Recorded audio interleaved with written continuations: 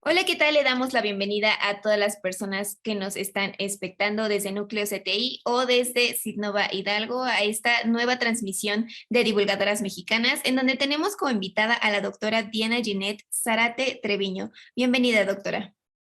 Gracias, Ingrid. ¿Cómo estás? Muy bien, muchas gracias. Y pues bueno, antes de que comencemos y antes también de que hablemos un poquito de la trayectoria de nuestra invitada de hoy, los invitamos a todos los que nos están viendo a que nos dejen sus comentarios en la sección de comentarios de Facebook para que al final se los podamos hacer llegar a la doctora. Y bueno, ella es microbiólogo industrial de la Pontificia Universidad Javeriana de Bogotá, Colombia. Cuenta con la maestría y el doctorado en ciencias con especialidad en materiales del Centro de Investigación y de Estudios Avanzados del Instituto Politécnico Nacional. Ha realizado estancias de investigación en la Unidad de Ingeniería de Tejidos y Terapia Celular y Medicina Regenerativa en el Departamento de Ingeniería de Tejidos y en el Departamento de Física y Astronomía en the University of Texas. Su línea de investigación se enfoca en el desarrollo y evaluación inmunológica de materiales avanzados híbridos como alternativas terapéuticas en las áreas de regeneración de tejidos, cáncer, diabetes y enfermedades de tipo inmunológico. Tiene más de 40 publicaciones en revistas arbitradas e indexadas en el Journal Citations Reports y cuenta con un Index H de 14. Es miembro de la Sociedad Polimérica de México y también miembro de la Academia de Inmunología de la Facultad de Ciencias Biológicas. También es miembro de la Academia de Biología Celular y Molecular de la Facultad de Ciencias Biológicas, miembro de la mesa directiva de la Red de Biomateriales e Ingeniería de Órganos y Tejidos del Noroeste. Ha sido organizadora del Simposio Internacional de Materiales Avanzados para Aplicaciones Biomédicas y coorganizadora del Sexto Congreso Internacional de la Red de Biomateriales e Ingeniería de Órganos y Tejidos y del Congreso Internacional de Futuros Investigadores en Biociencias. Actualmente, la doctora Diana es profesor investigador de tiempo completo en la Facultad de Ciencias Biológicas y responsable del Laboratorio de Nanobiotecnología, cuenta con perfil PROMEP y es miembro del Sistema Nacional de Investigadores desde el año 2013. Y pues bueno, sin más por el momento, doctora, te damos la bienvenida a este espacio. Le cedemos los micrófonos. Gracias, Ingrid. Gracias por esa extensa presentación. Vamos a hablar hoy de un tema que considero que puede ser valioso para las personas que nos escuchan y es la realidad del diseño y la aplicación de biomateriales, pero desde una perspectiva inmunológica.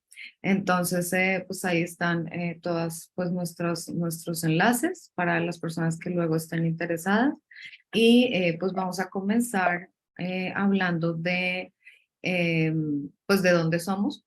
Estamos ubicados aquí en Nuevo León, específicamente en el campus de San Nicolás.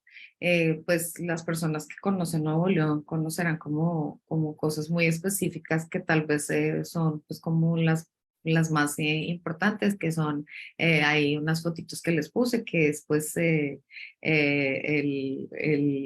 fútbol aquí es muy importante, entonces pues está el Estadio de los Rayados, también aquí en la universidad está el de los Tigres, está también el Fundidora, que está aquí también el Paseo Santa Lucía, por si un día nos quieren visitar, y pues los osos no pueden faltar, que es algo como muy típico de acá y muy sorprendente, y también pues tenemos el Cerro de la Silla. Entonces, estando ubicados en ese entorno, pues nosotros estamos en la Universidad Autónoma de Nuevo León y como bien me hiciste favor de comentarlo, pues estamos en el laboratorio de nanobiotecnología. En realidad lo que nosotros hacemos es algo que le llaman materiales avanzados, no porque sean materiales muy novedosos en el sentido de, pues, de que sean como de películas de acción o cosas por el estilo. Lo que pasa es que hacemos materiales que están diseñados, pensados en aplicaciones. Como les puse ahí en la diapositiva, lo que ustedes van a ver es que nosotros trabajamos en un grupo de aplicaciones que son las alternativas terapéuticas que están relacionadas con regeneración de tejidos y enfermedades crónicas. Lo que generalmente nosotros hemos tratado de hacer a través del tiempo es poder pasar este puente que hay, que es un puente bastante largo entre el desarrollo de materiales y las aplicaciones biológicas. ¿Por qué lo digo? porque cuando nosotros diseñamos materiales como ingenieros en materiales o cuando tenemos una maestría o un doctorado en ciencia de materiales, la verdad es que hacer materiales pues tal vez tiene que ver con identificar una necesidad, determinar una estructura, diseñar y evaluar. Cuando evalúas, pues ya tienes unos parámetros. Sin embargo, esos parámetros muchas veces tendrías que mejorarlos. Y yo siempre les comento que cuando hablas de una evaluación del tipo biológico, las cosas cambian un poco.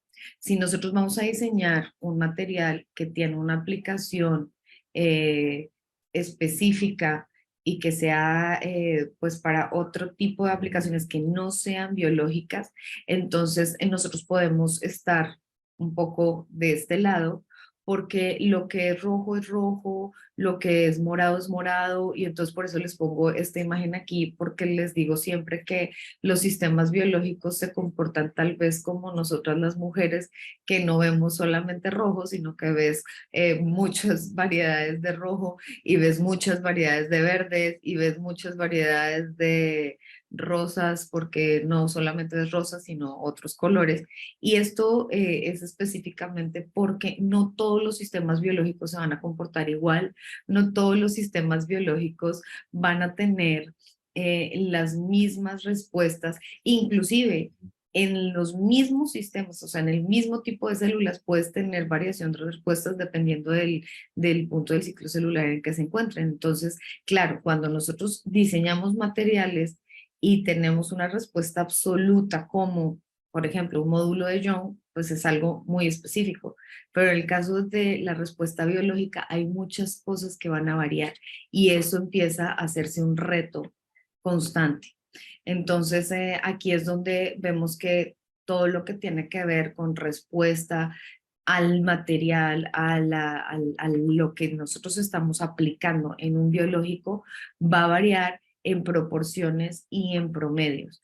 Entonces, lo que nosotros generalmente tendríamos que medir es la citotoxicidad, la respuesta per se de lo que se hace, si hay una inflamación, si hay un rechazo, si hay una bioacumulación, qué sistemas puede activar el material que nosotros estamos incluyendo pues en este sistema biológico, y son cosas que generalmente pues nosotros hemos venido evaluando y hemos venido afinando técnicas que son sencillas desde el punto de vista biológico, pero cuando las acoplas a materiales nuevos como por ejemplo nanopartículas, nanofibras, polvos que generalmente se obtienen pues en el desarrollo de materiales, poder mezclar esas dos cosas y afinar las técnicas biológicas con las evaluaciones de los materiales, pues lleva trabajo y es importante para tener una respuesta real.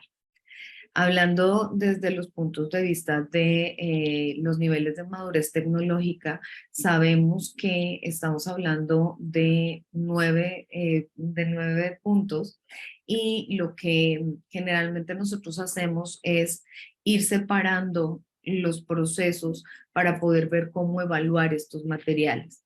Entonces, pues según CONACYT y según pues un compendio de desarrollo de madurez tecnológica, podemos dividir estos puntos en 3 grandes grupos tal vez, y entonces lo que vamos a ver es que para empezar a trabajar desde un punto de vista biológico, lo primero que tendríamos que hacer es ver cuál es el sistema al que nosotros estamos tratando.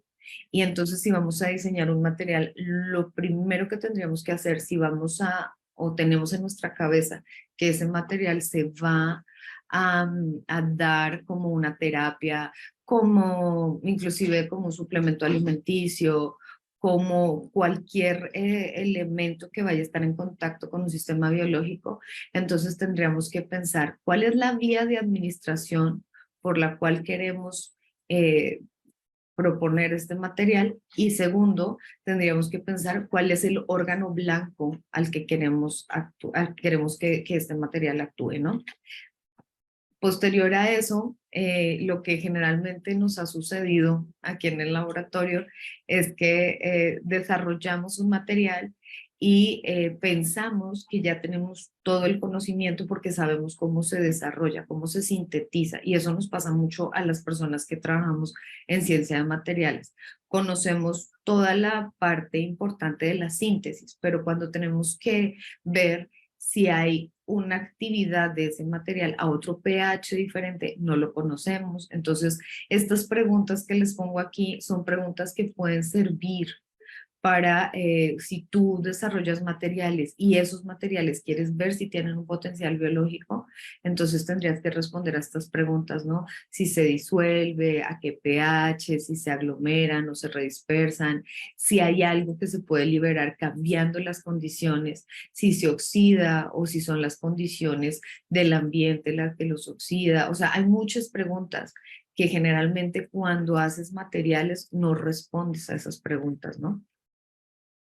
Entonces vamos a hablar aquí del entorno del laboratorio, que es yo creo lo más importante cuando te dedicas a diseñar. Si se fijan, los primeros 3 pasos de los TLRs es estudiar un principio básico, tener un concepto tecnológico formulado y hacer una prueba de concepto. Cuando vamos a hacer estos 3 pasos, si nosotros queremos hacer un material que esté diseñado para una aplicación biológica, estos 3 pasos se deben hacer en relación a la vía de administración, el órgano blanco y tener en cuenta siempre que estos materiales pueden tener un excipiente que va a tener relación con el órgano blanco y con la vía de administración. Entonces es una doble vía. Si nosotros queremos desarrollar este tipo de materiales, tendríamos que tener esto en mente. Ahora, es importante también tener en cuenta que cuando nosotros queremos evaluar este tipo de materiales, entonces tendríamos que asegurarnos de seleccionar cuáles son las normas que existen. Y eso es algo muy importante y lo quería comentar con ustedes porque es algo a lo que siempre nos vamos a enfrentar, al menos las personas que nos dedicamos a diseñar materiales para biológicos. Y es que hay muchas normas que existen pues, a nivel mundial de este tipo de materiales y el problema es que hay muy pocas que son efectivas para evaluar. Aquí les puse un ejemplo de la ISO 10993, que es una ISO que tiene que ver con los efectos locales de materiales para implantación. Y lo que vamos a ver acá es que lo que generalmente hay que hacer es, perdón, es ver si tú tienes un implante, entonces tendrías que ver si lo tienes, si lo vas a hacer subcutáneo, muscular o si va a ser óseo. Tienes que hacer una selección del material y esto es muy importante. Vas a trabajar de 1 a 12 semanas, vas a ver los anexos que están en la norma y lo que vas a ver son efectos biológicos después de la implantación. La norma lo describe perfectamente y te describe cuáles son las especies con las que puedes trabajar. Y entonces aquí te enfrentas a otra cosa que es a la bioética animal y a cómo trabajas con esta evaluación de los animales. ¿Por qué es importante? Porque si nos vamos a los TLRs, después de hacer una evaluación en el laboratorio, tendrías que irte a hacer una evaluación in vivo. Y eso es importante, es altamente importante y no va a dejar de suceder. Posterior a eso, entonces podemos hacer también un análisis de sensibilización e irritación que tiene que ver también con todo lo que ustedes quieran evaluar en piel. Igual está en la ISO 10993 y si se fijan es más o menos lo mismo, ¿no? Tendríamos que ver cuáles son los parámetros que están bien definidos para evaluar este tipo de cosas. Ahora, es importante que les diga algo y lo deje muy claro. Nosotros podemos evaluar estas ISOs y lo vamos a hablar más adelante. El hecho de que yo evalúe la ISO y que tenga buena respuesta en la ISO no quiere decir que el material sea completamente biocompatible. Y eso lo hemos visto a lo largo de la historia y es una discusión abierta desde hace muchos años para todo lo que tiene que ver con materiales para aplicación biológica. Entonces, si nosotros nos dedicamos al laboratorio, y a ver propiedades inmunológicas tendríamos que ver otras cosas y eso lo vamos a ver más adelante. Tenemos también que en la ISO puedes tener análisis para toxicidad sistémica y igual vas a ver anexos que te van a decir cuáles son los signos de observación clínica, vas a ver qué te piden las hematologías y los uroanálisis, vas a ver también, que esto también es importante, cuántos son la cantidad de animales mínimos que puedes o que necesitas evaluar, que esa es una pregunta que generalmente es difícil de responder, sobre todo cuando tienes que ver si trabajas con 3 individuos, con 5 individuos, si lo que tienes es un tipo crónico, si no tienes un tipo crónico de estudio o de herida. Entonces, perdón, de toxicidad, este tipo de cosas creo que son importantes tenerlos en cuenta cuando tú vas a trabajar en un material que quieres evaluar. Luego de eso, entonces vas a irte bueno, aquí les comentaba lo de las pruebas, porque aquí es donde estamos hablando de un in vivo, de un prototipo o de un pilotaje. Y entonces estaríamos hablando de algo como el TLR 3, 4, 5, y después de eso, pues nos vamos a ir después de un in vivo, vas a tener una tecnología demostrada, si, o sea, si tienes buenas respuestas en un in vivo, podrías tener una tecnología demostrada y entonces de ahí te tienes que ir a un pilotaje. En el caso del pilotaje, si se fijan, pues lo que habría que ver es que tengas un prototipo lo suficientemente estable y demostrado como para tener un desarrollo tecnológico. Para esto es importante varias cosas. Y es que si tú vas a tener un in vivo, para que ese in vivo sea un in vivo correctamente trabajado, entonces lo mejor y lo deseable es que tú tengas un bioterio certificado, que tengas una línea de producción estable, porque entonces de esa manera vas a poder asegurar la comercialización de lo que tú quieras que estés produciendo. Y entonces aquí nos iríamos a el TLR7, al TLR8 y al TLR9. ¿Qué es lo que generalmente ocurre? Hay muy pocos bioterios certificados en el país. Y la certificación de los bioterios requiere un gran cuidado y requiere mucha constancia de las personas que lo trabajan.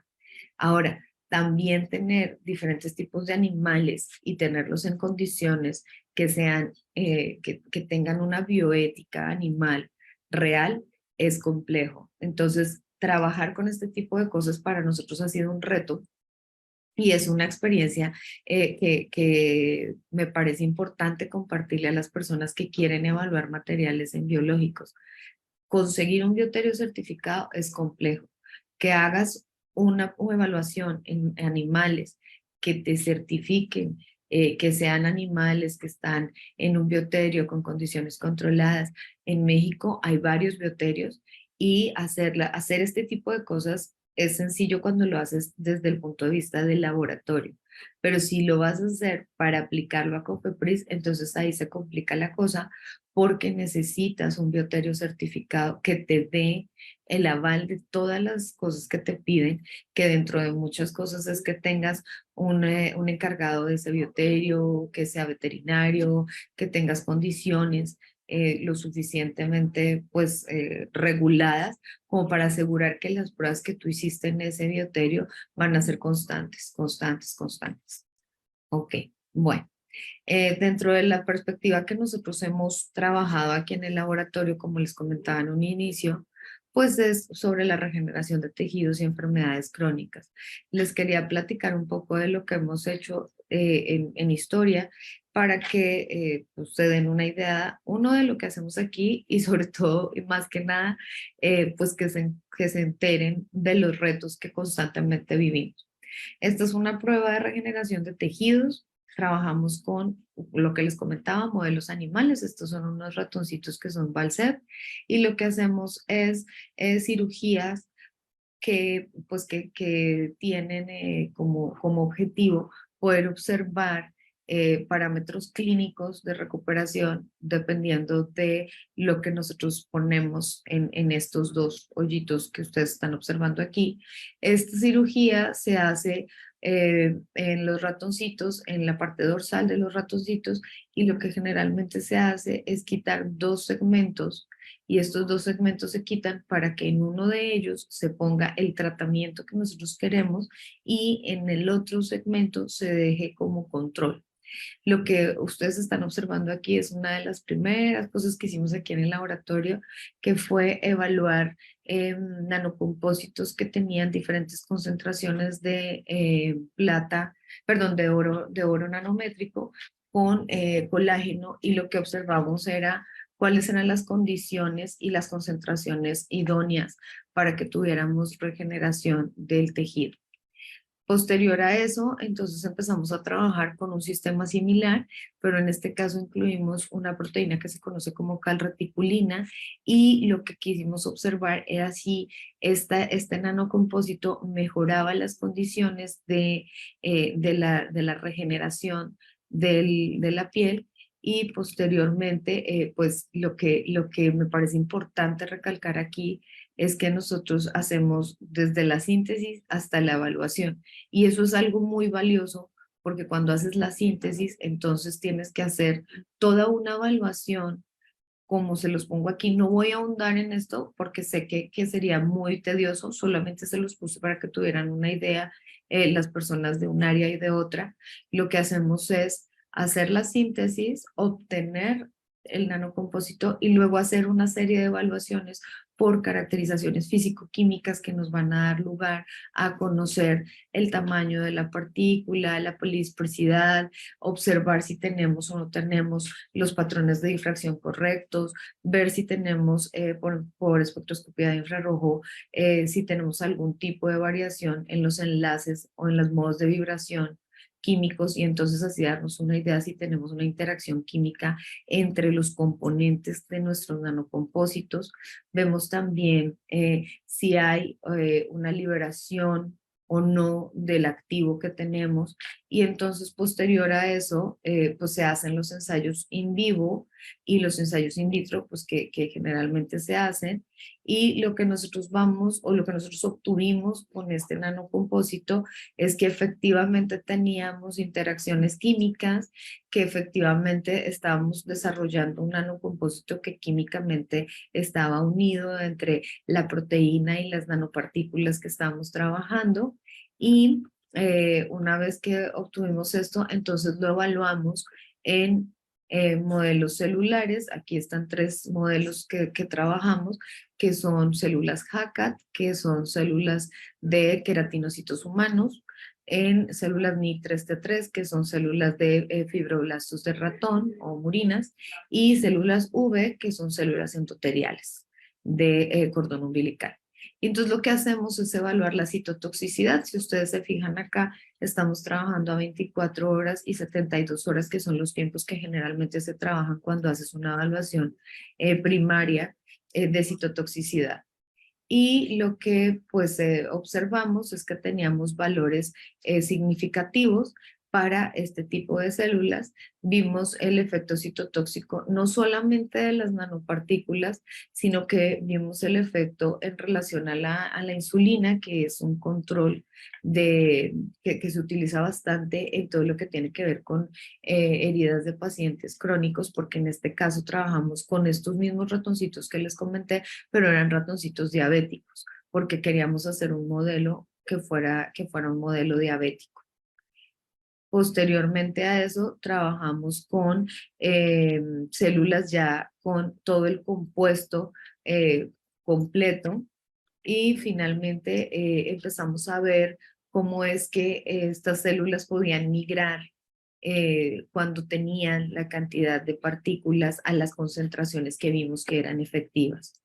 Vimos efectos de migración, vimos también si había o no había una diferencia entre estas células cuando las tratamos con diferentes concentraciones, y lo más importante que les quería mostrar es que aquí trabajamos con evaluación de parámetros inmunológicos como la expresión de interferón gamma, de factor de necrosis tumoral, de interleucina 6, que son factores importantes a la hora de evaluar si un material puede generar o no puede generar un efecto inmunológico en el desarrollo de una herida. Esto lo hicimos para asegurarnos que sí teníamos efecto. Les estoy dejando las gráficas para que los vean las personas que les interesa esto. No quiero ahondar porque sé que no es una plática tan científica. Les estoy dejando esto, pero como quieran el código QR ustedes pueden acceder a los papers por si alguno tiene algún interés más puntual.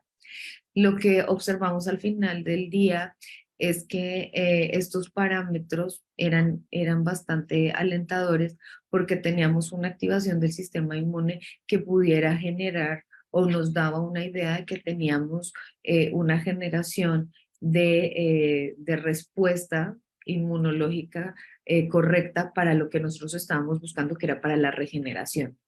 Posterior a eso, pues se hicieron otros estudios que son de tipo inmunológico y se evaluó y se caracterizó y se demostró que lo que teníamos eran ratones que sí tenían diabetes, porque eso es muy importante, y que durante todo el proceso de la regeneración se tuvieran ratones que sí fueran diabéticos, que no tuvieran una regresión.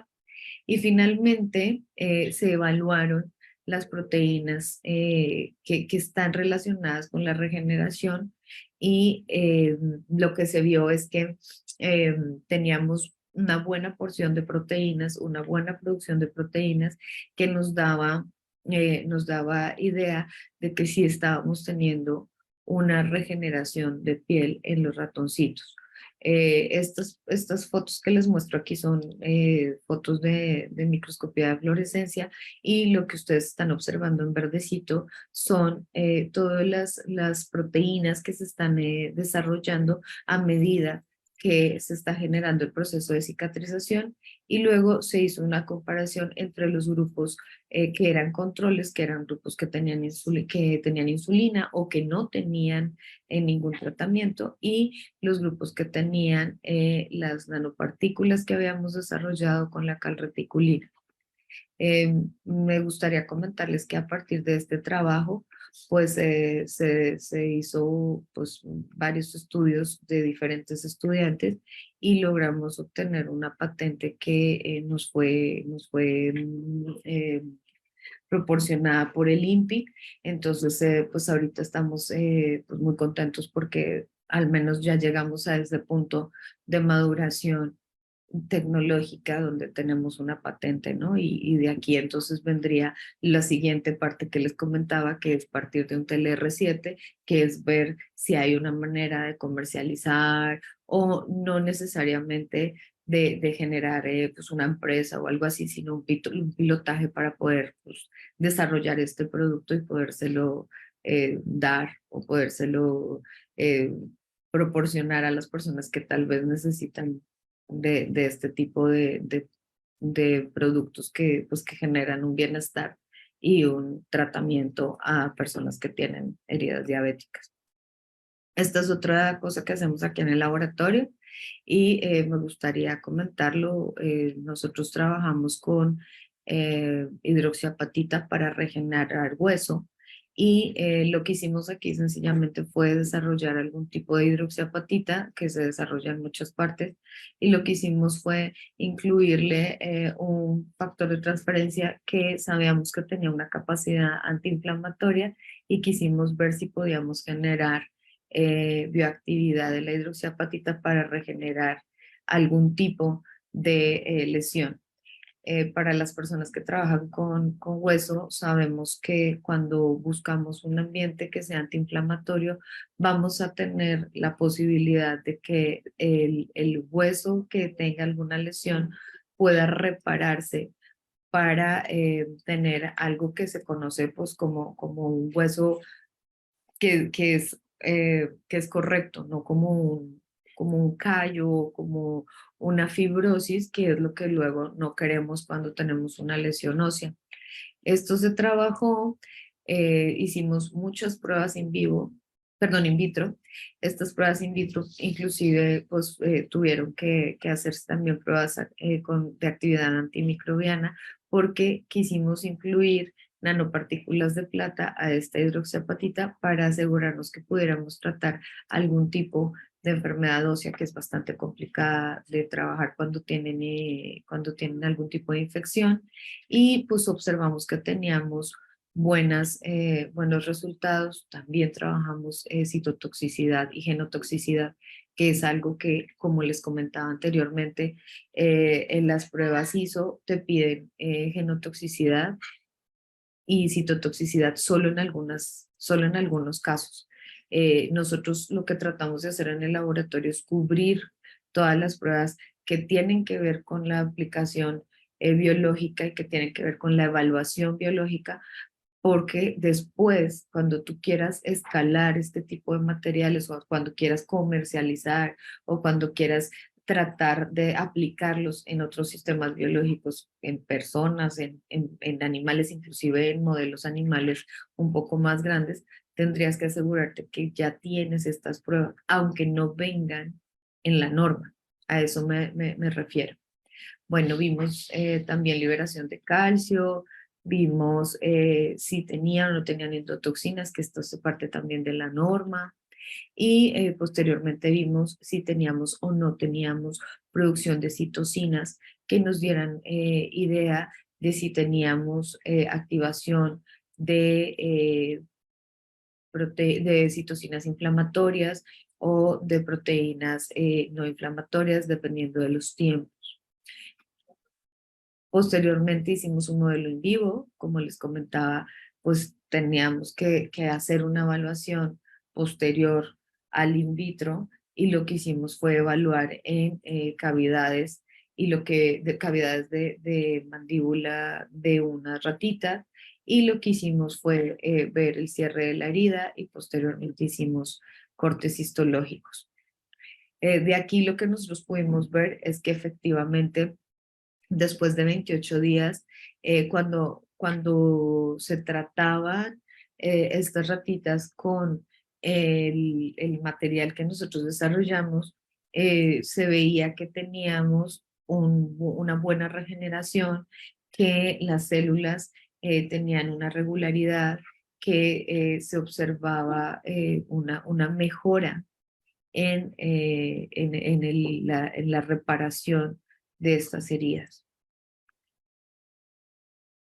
Como les comenté, nosotros aquí lo que queremos hacer o lo que buscamos hacer es tener un punto de intersección entre las alternativas terapéuticas y las enfermedades crónicas.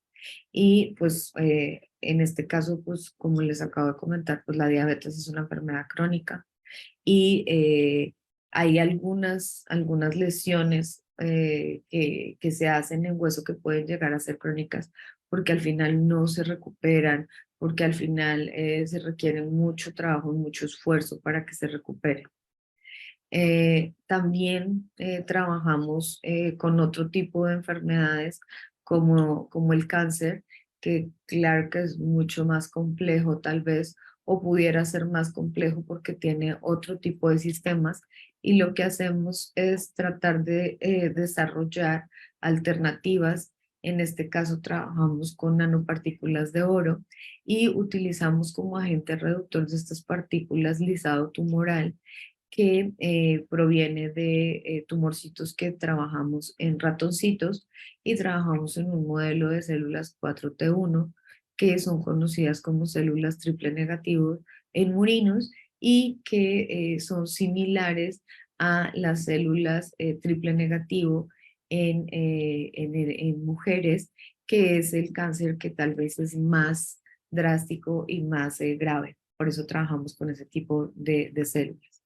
Lo que hacemos es trabajar con estas nanopartículas, desarrollamos estas partículas, hicimos muchos estudios de cuál era el método de síntesis más estable para estas partículas y posterior a eso hicimos una evaluación de capacidad inmunológica de estas partículas para tener primero un periodo de inmunización de los ratoncitos, luego ponemos las células que generan el tumor y posteriormente vemos si se genera o no se genera el tumor. Y lo que se observa es un análisis de sobrevida, que es lo que generalmente hacemos, y lo que vimos es que efectivamente cuando tratábamos con estas partículas a los ratoncitos, pues sí teníamos un análisis, sí teníamos sobrevida, y eso quiere decir que entonces los ratoncitos al parecer estaban teniendo una respuesta como la de una vacuna a cáncer o bueno, a estas células de cáncer y eso pues era importante porque entonces estábamos generando una mayor actividad con estas partículas que estaban unidas a pequeños pedacitos de estas células que se estaban rompiendo del tumor. Entonces, pues, ¿cuáles pueden ser las aplicaciones de esto? Pues pueden ser varias aplicaciones. Como todo en cáncer, la verdad es que los sistemas son complejos y hay que estudiarlos con mucho detenimiento, pero lo que sí pudimos observar es que podríamos tener una aplicación terapéutica tomando el tumor, si es un tumor sólido, y de ese tumor hacer una lisis y posterior a esa lisis hacer las partículas y dar una terapia con estas partículas y estas células que ya van a estar rotas, que van a estar completamente lisadas, porque entonces lo que vamos a generar es activar el sistema inmune del paciente en contra de esas proteínas que tienen esas células y entonces de esa manera el paciente podría estarse defendiendo como un efecto adyuvante que consiste en activar el sistema inmune de una forma más rápida y como un profiláctico que está relacionado con lo que conocemos nosotros coloquialmente como pues, una vacuna, ¿no? O sea, te pongo la vacuna de estas nanopartículas que tienen unas proteínas unidas a estas partículas y entonces en el momento en que tu cuerpo quiera generar cáncer, pues entonces se va a defender porque ya lo va a reconocer. Claro, estos son todas las posibles opciones que podríamos tener, ¿no? También hemos hecho desarrollos de liberación controlada para modelos de alergias alimenticias. Aquí trabajamos con otras nanopartículas, con con fuentes de maíz que no son solubles a los pHs que generalmente pues son solubles cuando damos por vía oral, que era lo que les comentaba al comienzo. Y entonces lo que hacemos es trabajar con esta proteína de maíz que se conoce como ceína y es una proteína que tiene una ventaja grande y es que su solubilidad es, se da a pHs altos, entonces puede pasar por el estómago sin disolverse y eso es una ventaja enorme porque entonces podemos tener activos que queremos que se liberen en intestino pero que no se degraden en el estómago. Y por eso mismo empezamos a trabajar en unas vesículas que dentro de ellas tienen un tratamiento o bueno, más bien antígeno de Arachis hipogea que pues funciona bastante bien como un modelo de tratamiento para las personas que tienen alergias alimenticias al cacahuate que es muy común. Esta es una sensibilización, les quería mostrar, como pueden observar en todos los que hemos hablado, lo que hemos observado es que generalmente trabajas primero con células y luego con un modelo en vivo. En este caso trabajamos la sensibilización en vivo porque necesitábamos ver como cuando ustedes van con el alergólogo que les ponen los puntitos y ven que se pone rojo o no, necesitamos ver si este alérgeno generaba una respuesta alérgica en los ratoncitos para poder darles después el tratamiento y entonces ver si podemos incrementar la absorción de una forma segura y entonces generar una alternativa terapéutica para alergias, ¿no? Aquí lo que les muestro es algo de lo que les comentaba. En el diseño del material también tenemos que hacer pues evaluaciones de cómo se hacen las partículas, qué tanto se encapsula lo que queramos encapsular. Y entonces aquí está el porcentaje de encapsulación y lo que estamos observando es qué tanto se libera y como pueden observar, pues lo estamos viendo a diferentes pHs porque nuestra intención es ver que tengamos una mayor liberación a pHs que sean arriba de 7, que generalmente es el pH que tenemos en intestino, y sobre todo que eso sea a los tiempos en los que los procesos digestivos están ocurriendo.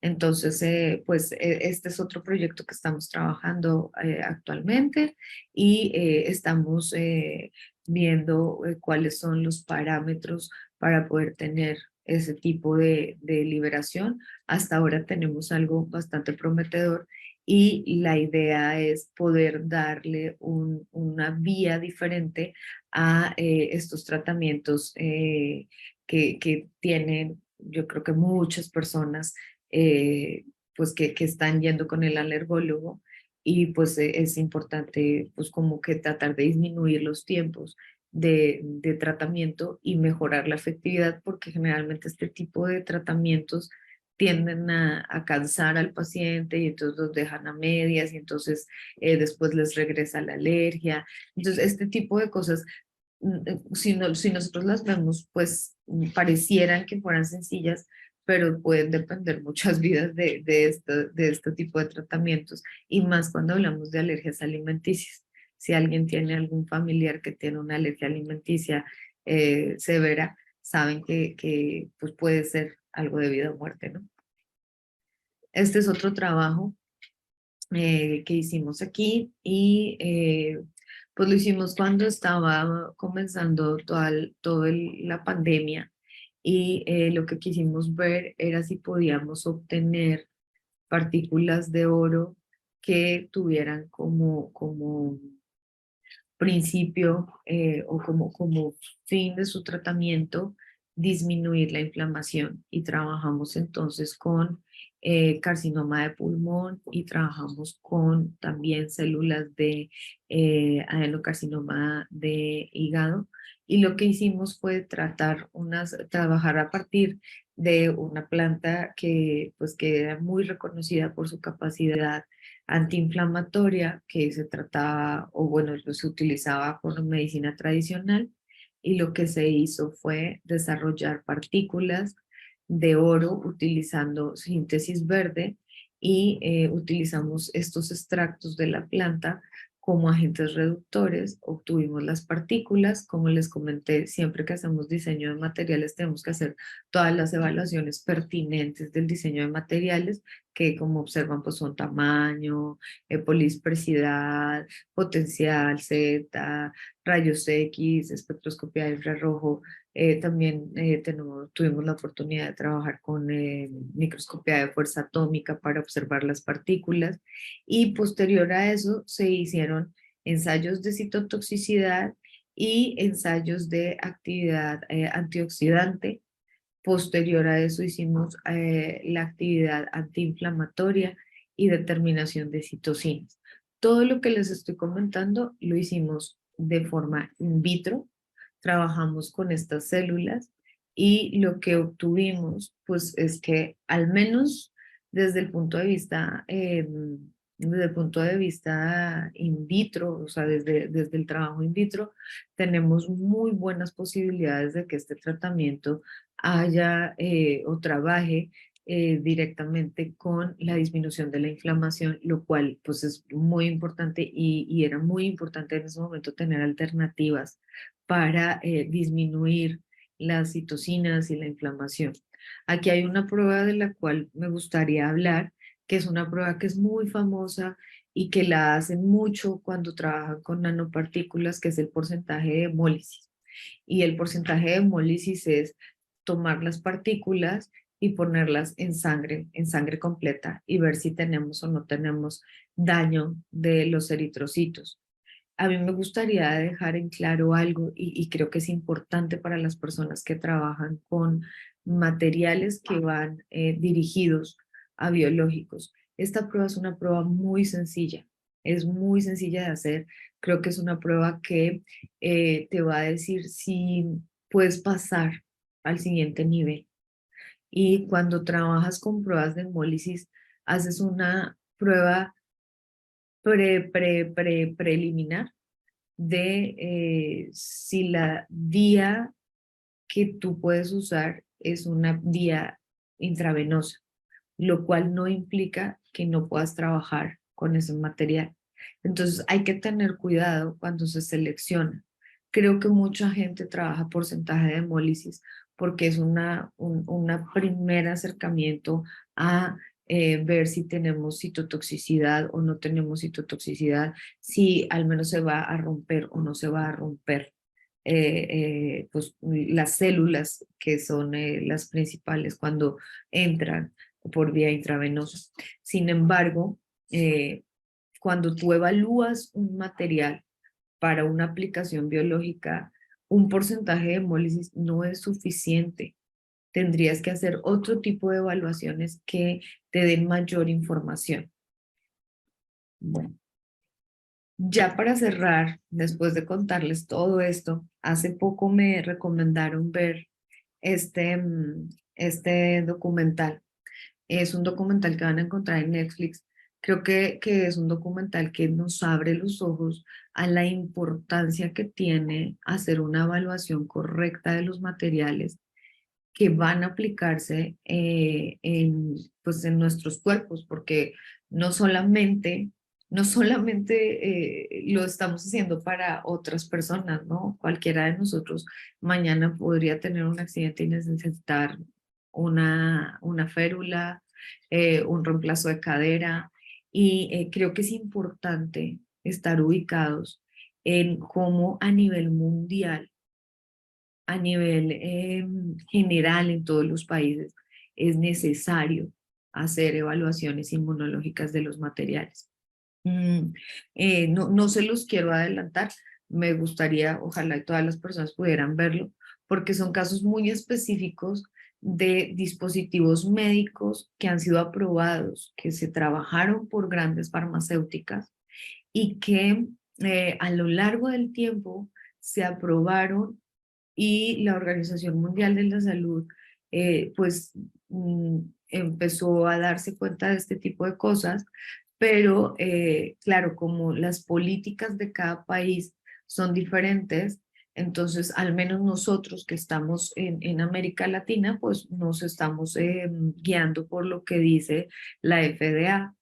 Sin embargo, como les mostré lo de la ISO, cuando tienes evaluaciones que son muy puntuales, entonces tendrías que preguntarte qué pasa con lo que hay atrás de esas evaluaciones, qué otros sistemas se pueden estar afectando.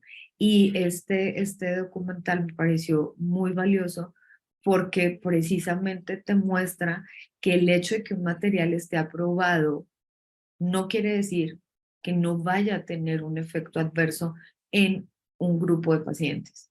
Entonces, por eso es tan importante tener evaluaciones como las que les mostré, que espero no haberlos aburrido, porque no solamente con una prueba de hemólisis vas a decir que tienes un efecto biológico correcto, ¿no? Tendrías que hacer otro montón de pruebas que pudieran asegurarte que estos materiales pueden funcionar. Entonces, pues me gustaría cerrar con esto, sobre todo para que ustedes tuvieran en cuenta que, pues que desarrollar un material para aplicaciones biológicas es todo un reto, pero aparte de ser un reto, no es algo de una sola persona. Y creo que es algo que poco a poco hemos visto las personas que estamos trabajando con esto. Ahí pueden ver un montón de fotos de personas. Me gustaría comentarles, pues, mis estudiantes que son los que trabajan con este tipo de cosas, son personas que han aprendido a trabajar en grupos, no solamente con grupos de ciencia de materiales y con grupos de física, también han aprendido a trabajar con sus mismos compañeros. Este es Raúl, él trabaja con las partículas que les comenté que están dirigidas a tratamientos con cáncer. Este es Bruno Valadez, Raúl Rangel. Bruno trabaja con el desarrollo de partículas para tratamientos de alergias. Eh, tenemos la posibilidad de trabajar con un alergólogo profesional, que es el doctor David Cañamar, que es la persona que nos ayuda a ver esa parte. También está Jennifer Leos, que ella es una estudiante de doctorado también, y ella trabaja con las partículas que les comenté de inflamación.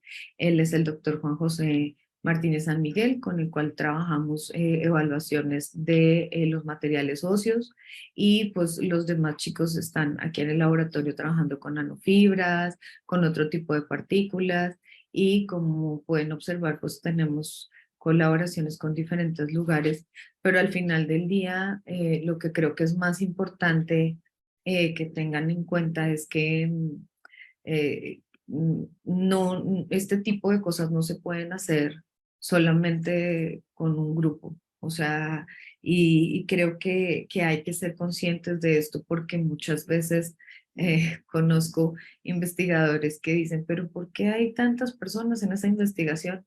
Pues es que cuando haces diseño, evaluación in vitro, evaluación in vivo, y entonces tienes un prospecto de material que ya va a ser aplicado biológicamente, pues sí necesitas un gran grupo de personas a tu alrededor. Les agradezco, espero que hayan llegado a este punto de la charla, y pues espero que sirva de algo para el desarrollo científico y para el conocimiento general de todos. Muchas gracias por su atención. Al contrario, doctora, muchísimas gracias por mostrarnos todo este trabajo que ha hecho pues a través de los años, por lo que ya escuchábamos anteriormente desde su trayectoria que ha tenido. Muchísimas felicidades por todo Gracias. esto. Y pues bueno, me llega a preguntar, ¿cómo fue que decidió enfocar su línea de investigación hacia las enfermedades tipo inmunológicas? Fue algo fortuito. Yo soy microbióloga industrial, como tú bien lo dijiste, pero empecé a trabajar con materiales, y en la época en que yo estaba haciendo la maestría, se estaba desarrollando mucho toda la parte de ingeniería de tejidos y todo esto. Entonces yo me quise especializar en eso, y por cosas de la vida llegué aquí a Nuevo León, y me topé con el departamento de inmunología, y la verdad es que así como, o sea, para mí poderle decir a la gente que hace materiales que no solamente era importante cultivar y ver si la célula crecía, pues para mí es muy importante porque yo así lo creía. Cuando conozco el departamento de inmunología y empiezo a ver todo lo que podríamos evaluar de un material que puede ser muy seguro, pues para mí fue una revelación, ¿no? Entonces, fue una revelación y un reto, porque, o sea, yo no soy inmunóloga, y eso es algo muy importante. O sea, yo soy microbióloga y de ciencia de materiales. Entonces, entrar en este mundo de evaluar la seguridad de los materiales y de evaluar las alternativas que podían ser terapéuticas para diferentes enfermedades, pues me apasionó, ¿no? Y pues tanto me apasionó que ya estamos aquí desde hace mucho tiempo. Esa fue la razón. Excelente, muchísimas gracias. Y bueno, estos proyectos, nos había mostrado muchos proyectos. ¿Alguno de estos o todos estos siguen trabajándose actualmente? Sí, o sea, hay muchos que hemos hecho a lo largo del tiempo, pero los proyectos que les estoy mostrando o que les mostré son los proyectos que actualmente estamos trabajando. Por eso les señalé a cada uno de los muchachos, porque cada uno de ellos son estudiantes de doctorado que están trabajando en esos proyectos. Perfecto. Y pues bueno, ¿cuál de estos proyectos es el que a usted ve un poquito de menos tiempo para que ya sea aplicable a la vida cotidiana?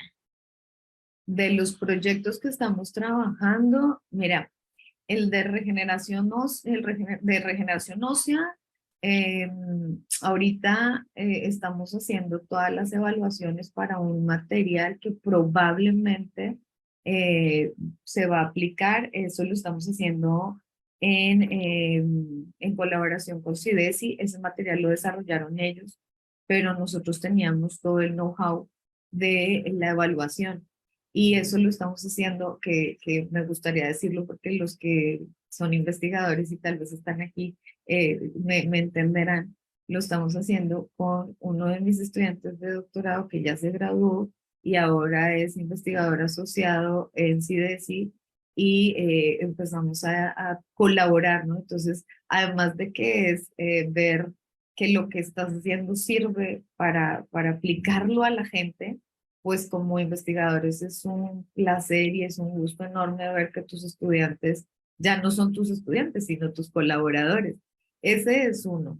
Y el otro es el de regeneración de piel. Probablemente espero, por lo que ya tenemos la patente, que podamos hacer pues algún tipo de producto que ayude a tanta gente que tiene heridas, que de hecho lo hemos trabajado con animalitos. Lo que pasa es que no quise ponerlo porque son casos clínicos y es más tedioso, pero ya lo hemos trabajado con animalitos, con perritos, con caballos, y hemos visto buenas aplicaciones, ¿no? Entonces yo creo que probablemente alguno de, o sea, estos dos son cosas que seguramente van a salir.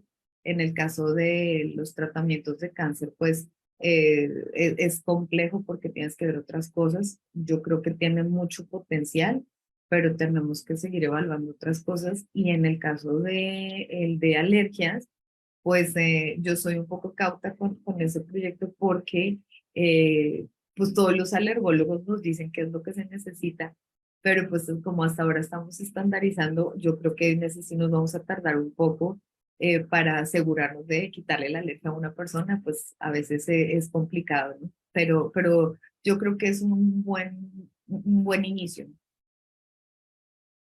Perfecto, doctora. Muchísimas gracias. Y pues bueno, ya para terminar esta charla, ¿qué podría decirnos a los espectadores que tenemos aquí? ¿Cómo los incentivaría a que se dediquen a la investigación? Pues yo creo que la investigación es una decisión de vida más que un trabajo. Entonces, nosotros siempre les decimos a los estudiantes que, o sea, si quieres ganar dinero y quieres ser un magnate, tal vez puede ser que lo hagas, no quiere decir que no, pero esto es una pasión de 24/7. Entonces, digamos, las tesis que ustedes vieron y los trabajos que ustedes vieron son trabajos que hemos dilucidado con mis estudiantes porque para mí lo más importante es que ellos van a gastar su vida aquí. Los que somos y nos dedicamos a la ciencia sabemos que no tenemos un trabajo de 8 horas, tenemos un trabajo de 24/7. Entonces creo que lo más importante es que entiendan que dedicarse a la ciencia es un estilo de vida y no es como de que voy a mi trabajo de 8 horas y me voy. O sea, dedicarse a la ciencia tiene que ser por pasión. Y yo creo que la pasión, al menos para mí, yo la he encontrado en precisamente tener en mi cabeza que lo que hacemos en este laboratorio algún día va a llegar a una persona y algún día le va a ayudar de alguna manera. Creo que es como lo más bonito que puedes hacer, ¿no? Entonces, poder contribuir a la sociedad de esa manera, pues creo que lo vale todo, ¿no? Bueno, pues doctora, muchísimas gracias. La verdad, desde el Consejo de Ciencia, Tecnología e Innovación de Hidalgo, SIGNOVA, nos complace haberla tenido en este espacio que nos haya compartido pues tan valiosa información, tan valioso trabajo que están haciendo para contribuir a la sociedad. Gracias. Muchísimas felicidades de nueva cuenta. Y pues bueno, a todo nuestro auditorio le recordamos que esta charla se queda grabada en los videos de Facebook de Núcleo CTI y también más tarde va a estar disponible en el YouTube de Citnova Hidalgo, así pueden encontrar el canal desde YouTube. Y pues bueno, muchísimas gracias a todos los que nos estuvieron viendo, doctora, de nueva cuenta, a nombre de la doctora Carmen Cortés López, quien es directora de difusión y divulgación del conocimiento de aquí de Citnova, y también el director general Francisco Patiño Cardona. Le agradecemos muchísimo que haya estado en este espacio y pues también le extendemos muchas felicitaciones por su trabajo. Muchísimas gracias. Ingrid, mil gracias a ustedes, mil gracias a las personas que se hayan conectado y que se conecten y mil gracias a la doctora Carmen por su invitación. Al contrario, muchísimas gracias. Y pues bueno, nos vemos en las siguientes transmisiones. Estén atentos a las redes sociales, ya que ahí estamos publicando diferentes charlas que tenemos en la semana. Muchísimas gracias. Que tengan excelente tarde todos. Hasta luego. Hasta luego, doctora.